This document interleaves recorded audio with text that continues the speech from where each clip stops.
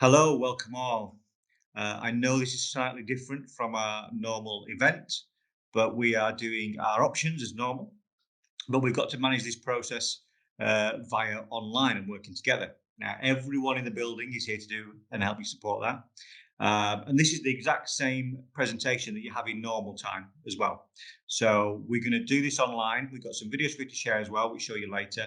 And then we can still communicate to help forge those options. But it's an exciting time. You get to choose which subjects you don't want to do and which ones you want to do more of, which is fab.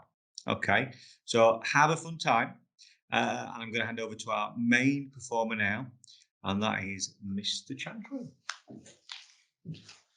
Well, thank you, Mr. Granoff. Yeah, it's used to rapturous applause at this point, but never mind. So, welcome to this strange version of this event, but here we go. So, what we've got for you this afternoon is myself and Miss Hunt are going to just talk you through a few slides, but not for really very long at all. And then after that, with the second part of the evening, which normally would be done with you going around to visit in person the subjects and the departments that you're interested in taking for year 10 and 11. But now it's all been done with a series of film clips. So these are now available to you, and you can just click on those and you can find out about the subjects you want, and you can see it as many times as you want, and you have to do it all at one go. So in some ways, hopefully it'll actually work better in terms of giving you the information that you need. But first of all, a bit of an overview from me. So the thing to get your head around is that in Key Stage 3, which is year 7, 8 and 9, you do a lot more subjects than you do in Key Stage 4. It's about 6 fewer that you do in Key Stage 4. And the overall proportion is that 60% of the time you'll be doing core subjects, but 40% you'll be doing the ones that you choose, and that's a unique choice to you. And the 40% is obviously what you choose. So just a word about the core. Obviously, this evening really is about making your option choices and what the bit you've got control of. But we need to just mention the core. It's made up of English, Maths and Science, as you would expect. But there's one or two things in there as well. And in terms of numbers of lessons, remember this is over a fortnight, it's not over a week, but there's basically 8 English lessons. So on 4 days out of 5, you'll have English. It's made up of 7 maths lessons and 10 science lessons. Obviously, the science is split between the 3 sciences, biology, chemistry, and physics, and English is split between English language and English lit. The only tricky thing about the science is that some people do separate sciences, but if they do that, it's one of their options, but more about that in a moment. Okay. Now, apart from that in the core, there are 1 or 2 things that are part of it, but it doesn't really add up to a great deal of time. I suppose core PE it's not, you've been used to doing 4 lessons of PE over 2 weeks. It's now 3 lessons of PE, and that's PE for everybody. And there's more of an emphasis on you choosing what you do in that time. And the same as we've had all the way through, PSHCE, which is Personal, Social, Health and Careers Education, that's once a fortnight. And you also get 1 lesson of independent study time. The idea of that being that it really gets you into the idea of independent learning, independent work, and then you can do what you want to do to build on the lessons that you've had, to do homework, to do coursework, and ultimately, when it comes around to it, exams, to do revision. So the core takes up 30 of the 50 lessons that there are, which is where the 60% comes from. And the optional subjects, they take up the rest, which is 20 lessons of the 50. So there are 4 choices, so you can do the maths, you can work out it's 5 lessons per subject over 2 weeks. So in 1 week, you'd have 2 lessons of the subject, and the other week, you'll have 3 lessons of the subject to make 5 over 2 weeks. Okay, and 5 hours generally, again, if you think about the core, in science you have 10 science lessons, but then you get 2 science GCSEs out of it. In English, you get 8 lessons, and you get 2 English GCSEs. Maths, you get slightly longer, you get 7 hours for that, and it's worth 1. But generally, the standard time allocation that the exam boards say is that you should have 5 hours per GCSE. Obviously, English maths are kind of central. They're central because they're qualifications that everyone needs, but they're also central just because of their importance in terms of accessing the rest of the curriculum. So what I mean by that is there are mathematical elements in various of the other subjects, and obviously all the subjects rely on a good grasp of English and spelling and punctuation and grammar, which is actually part of the mark, whatever the subject is. Just one word about the new grading structure. Obviously, I think these days we're much more used to it. It came in 2017 and we're now 2021. So we had several people, several year groups go through. But in the old days, if you can remember back to 2017, we used to talk about A star to G. That was the grade range. Now it's 9 being the highest down to 1 being the lowest grade pass. So they're all passes. But in the old days, you can see the dotted line on there. People used to regard C as a sort of high level pass, and then you have B, A, and A star. Now, the kind of equivalent now with the new structure is 4, but you've actually got one more grade there. So there are 6 grades above, well, it's 4, 5, 6, 7, 8, 9, as opposed to C, B, A, and A star.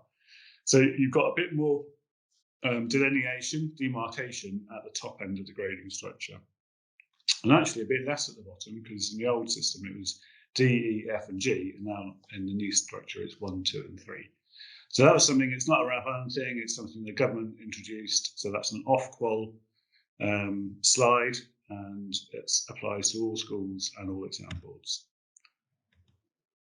Now, it wasn't just the grades that changed. They also, I'll do all my clicking here, but they changed various other things as well. So English and maths changed a year before the others. So yeah, they got a slight head start on that. But there was more assessment done by exam and less done by coursework. And there weren't quite as many tiered papers. Now that's not tiers as in what you shed when you see what's on the exam paper. It's tiers as in levels of it. And so you still got tiers in those 3 subjects, math, science, and modern foreign languages, where you either get a higher paper or a foundation paper. If you're on the higher paper, you can access all the grades right up to 9. If you're on a foundation paper, you can access the grades up to 5. Another change was to have more mathematical content in the other subjects, especially in the sciences, and in some subjects, history, geography perhaps, there's slightly more emphasis on the UK, and that's also true in English, with more emphasis on British literature rather than American, etc. So all of that is by way of introduction generally about particularly GCSEs. They're not the only subjects that we offer, but we offer a lot of them. Apart from the 5 you'll do in the core, there's this list here. And some of those are bold because they're new subjects for us. Art graphics, art textiles, geology, and sociology. So geology sits really alongside, so it's kind of mix of geography and the sciences. Sociology sits alongside the other subjects like philosophy and ethics, history, geography, the humanities subjects. But you need to talk to the individual subject leads about what's involved with each of those. And as I hope you can see, there's a lot of choice there for you guys. Okay.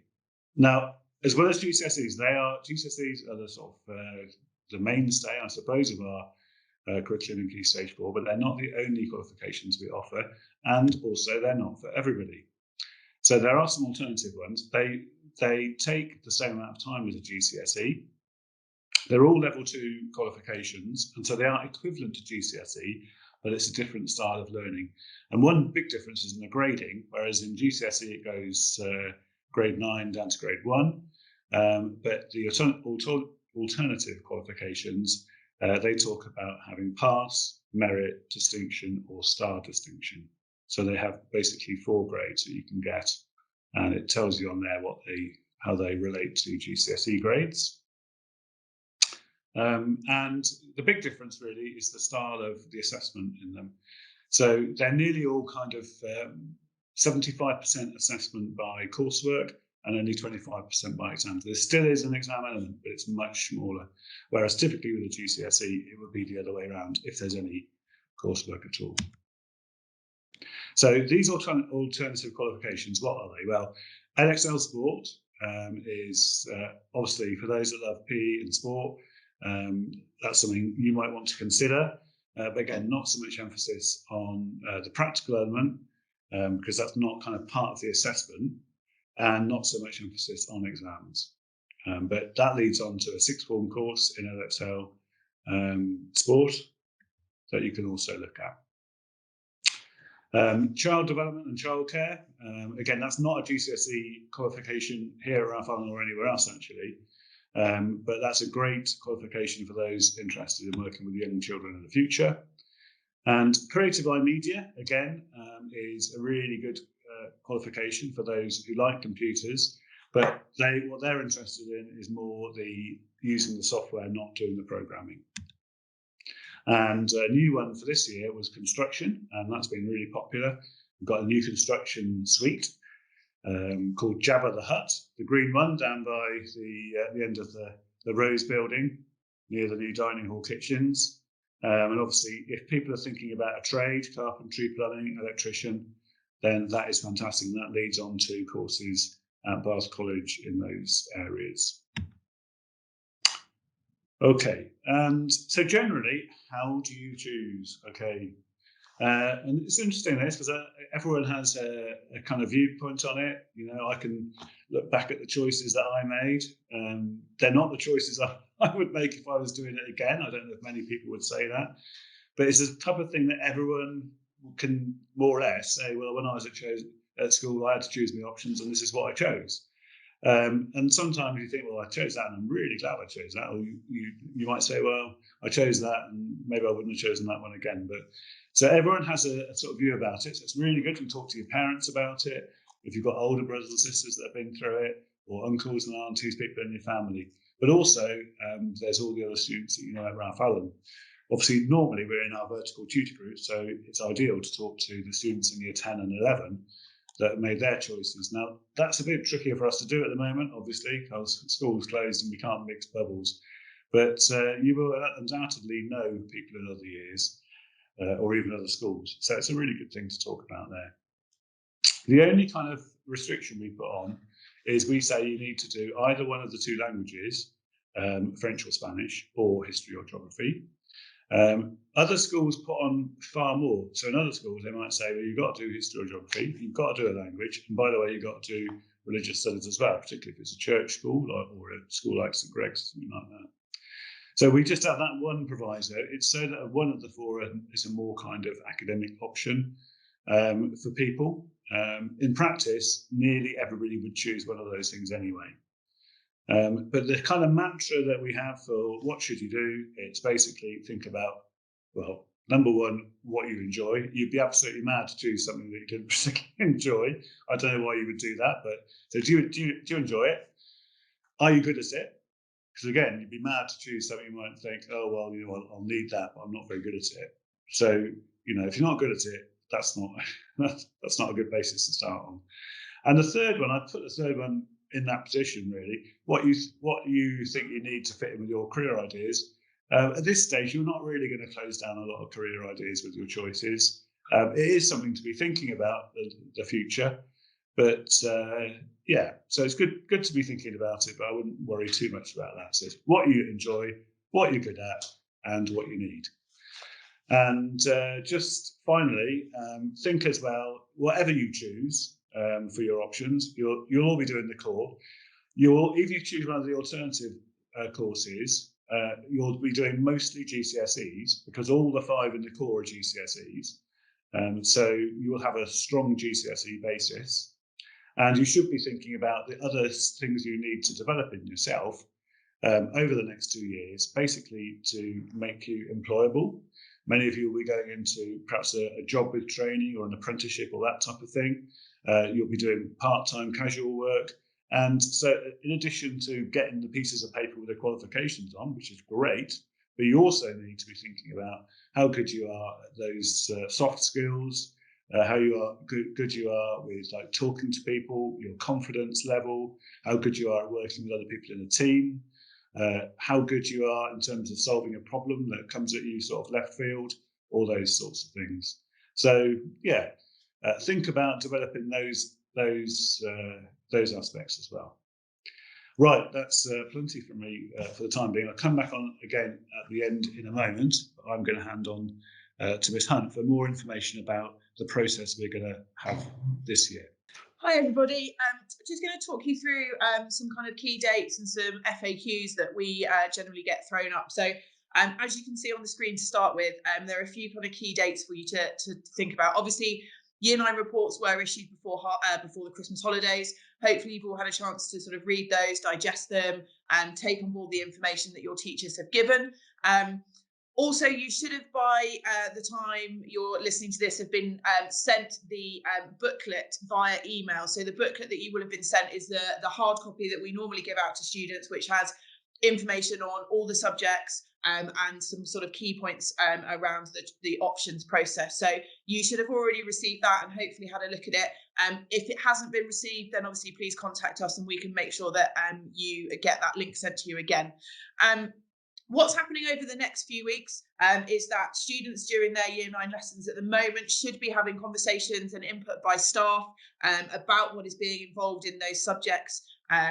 For GCSE, they're talking to them about kind of the skills they need, what kind of topics are studied, and students have got the opportunity to ask their teachers questions about any of those kind of things in regarding specific subjects. Obviously, with the films that you're about to watch after this presentation, that might answer some questions as well. But if those discussions haven't taken place, when you have some Year 9 lessons over the next few weeks, then by all means ask your teachers if you've got any questions.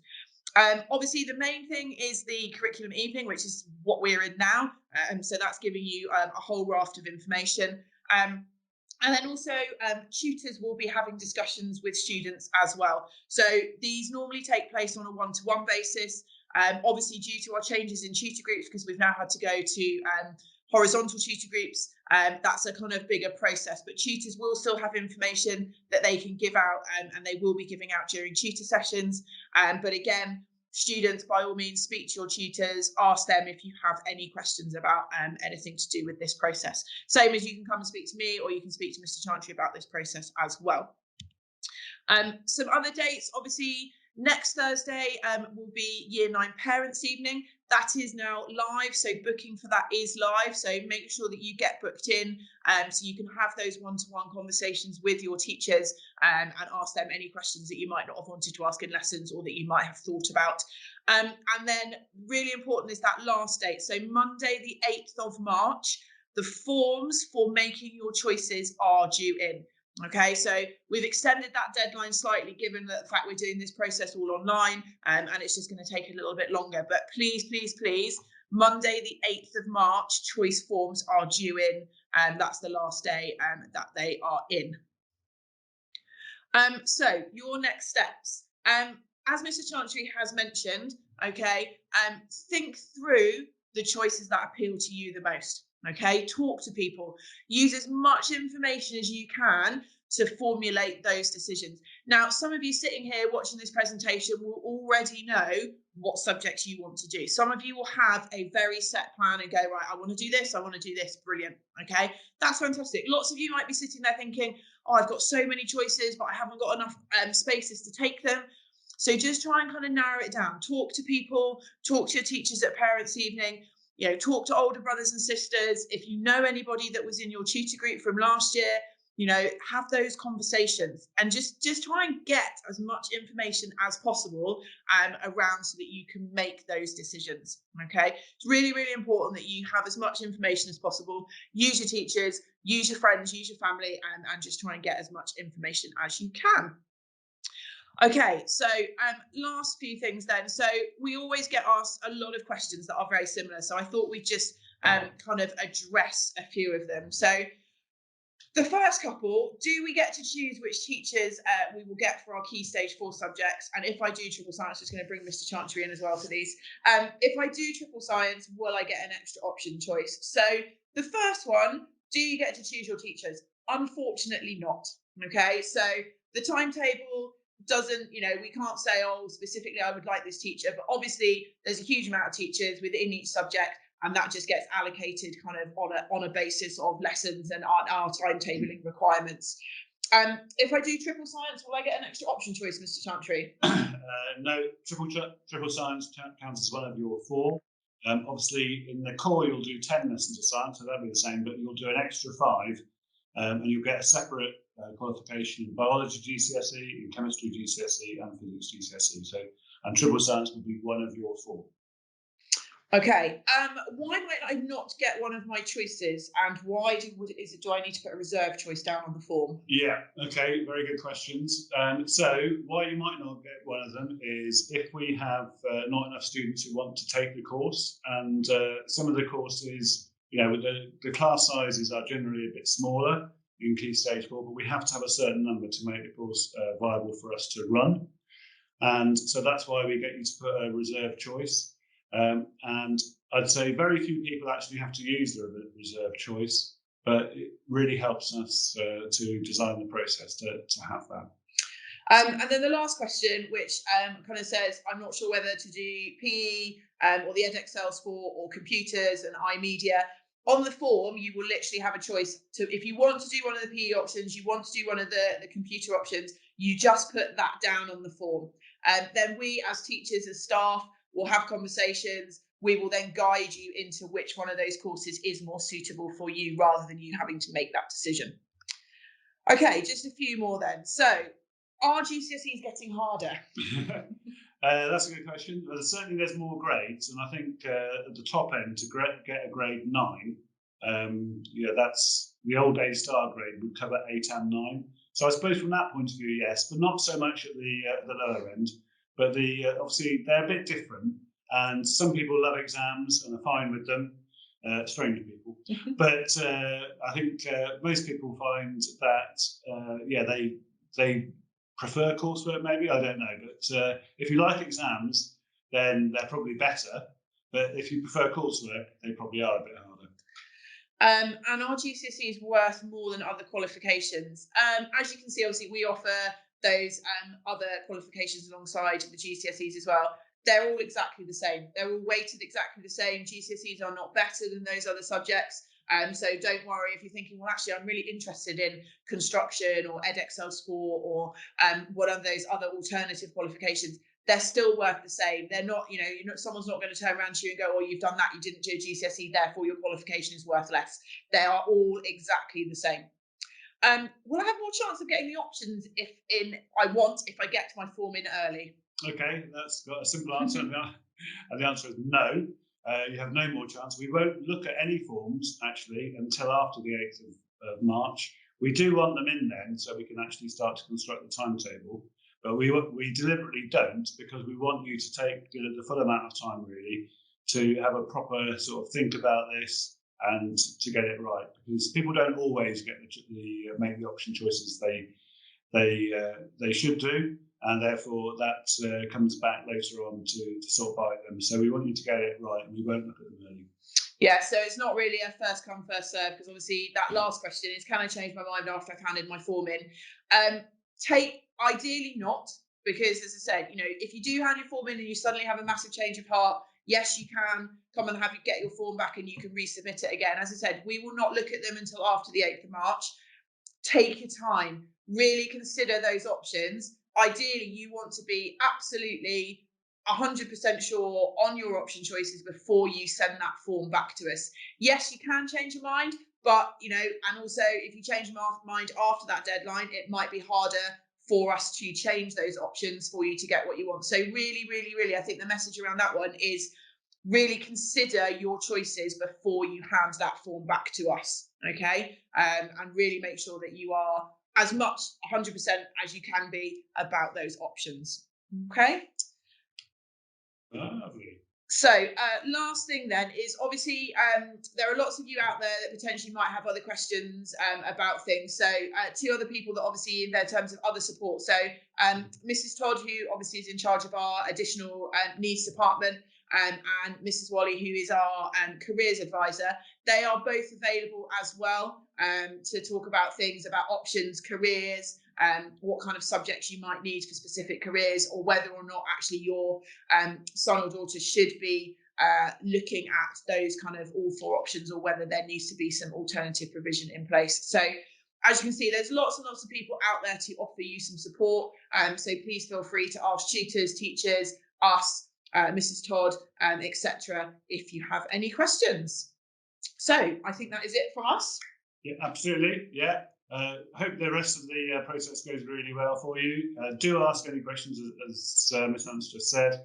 And the video films made by each of the curriculum team leaders about the various subjects are now available for you to watch. You don't have to all watch them this evening. You can watch them over the next days and a couple of weeks ahead. Be good to have looked at them before the subject evening next Thursday, I guess, particularly for the areas that you know now are the ones you're mainly going to target. But yeah, there's no rush on it. We don't want you to feel like you're sort of panicked or you have to make your mind up quickly. That isn't the case. Okay. Excellent.